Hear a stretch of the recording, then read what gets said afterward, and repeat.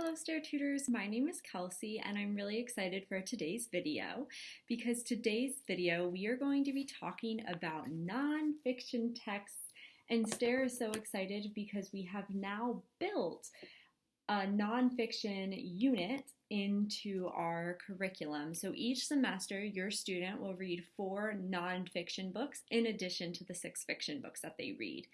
And so in today's video, I'm going to review with you the importance of reading nonfiction texts, how to introduce them to your students, and how to review nonfiction text features before you start reading with your student.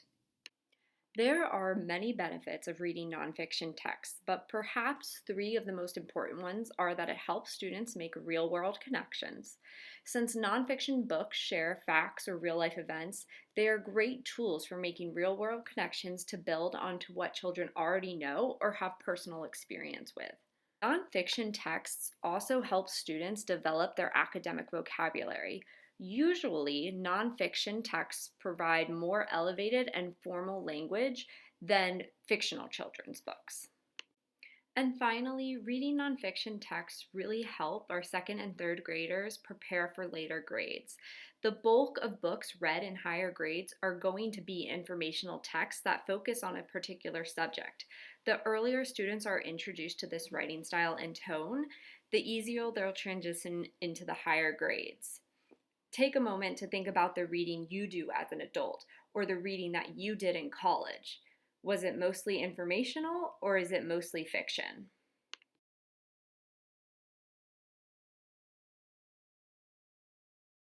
Now that we've reviewed just some of the reasons why nonfiction texts are so beneficial, we're going to take a look at how to introduce a nonfiction text to your student and the different text features that are in a nonfiction text.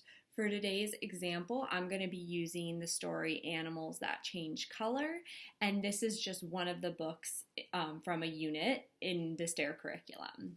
Every STAIR student is going to start reading nonfiction texts on lesson 6, and they'll have 4 nonfiction books to read this semester. Introducing your student to nonfiction texts is easy because STAIR has scripted it into the lesson introduction for lesson 6 of each unit. It is important to make sure that you don't skip this section so that your student can be made aware of the transition and how the next 4 books will look and read differently than from what they were reading before. So to introduce nonfiction text, simply read the lesson introduction. Today is an exciting day because we will be switching from reading fiction to reading nonfiction. Fiction stories are not real, and the author who wrote them made them up from their imagination. Nonfiction texts are about real topics such as people or animals. Nonfiction texts give us information about different real-life things. Now we are going to review the different text features that are most commonly found in 2nd and 3rd grade level nonfiction texts.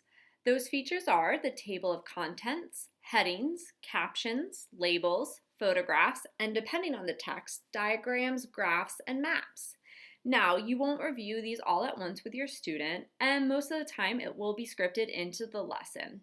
However, if it's not scripted, you can always add an extra review to help students practice identifying these nonfiction text features.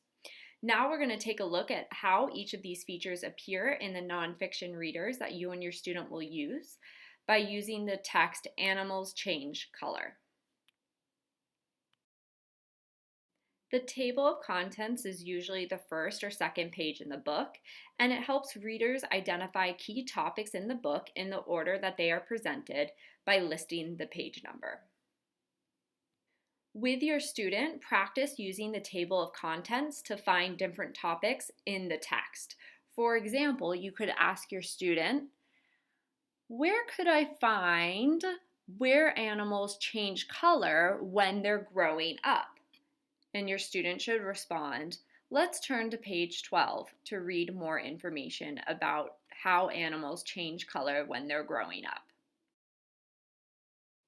In order to introduce headings to your student, tell your student that a heading is a title at the top of a page or a section that tells the reader what they will read about.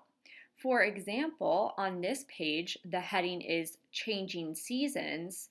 So I know that I am going to read about animals that change color depending on the season they're in.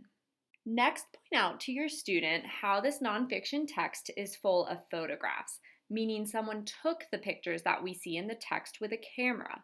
They are real photos of animals, people, and things, unlike in our fiction books, which all had hand-drawn pictures.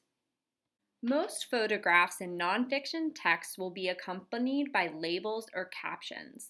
Labels name the specific parts of a photo, while a caption is usually a sentence that explains or describes what is happening in the photo. Now, usually the last text feature that you might find in a second or third grade level text is either a diagram, map, or graph. This text did not have any examples, so I pulled one from another text that is in the STAIR curriculum. This is a diagram from the text Volcanoes. As you can see, the diagram is showing how something works. It is showing us how magma turns into lava and is released from a volcano. Thanks so much for watching today's video, and as always, if you have any questions about nonfiction texts, please don't hesitate to reach out to the STAIR team. Have a good one.